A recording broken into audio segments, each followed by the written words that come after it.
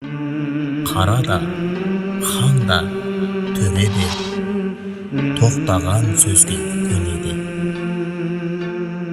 Өшпесін жұрттың жадынан, өткеннен қалған өнеге.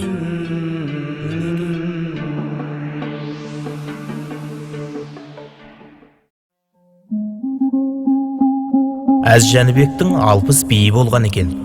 Бір күні хан билеріне дүниеде не өлмейді деп сұрақ қойғанда, 60 биі бір ауыздан мына сөзді айтады: ағын су өлмейді, асқар тау өлмейді, аспанда ай мен күн өлмейді, әлемде қара жер өлмейді.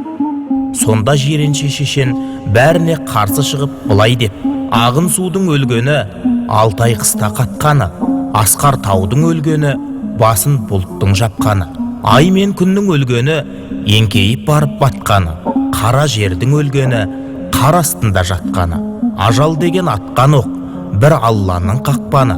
Дүниеде не өлмейді, жақсының ат өлмейді, ғалымның хат өлмейді.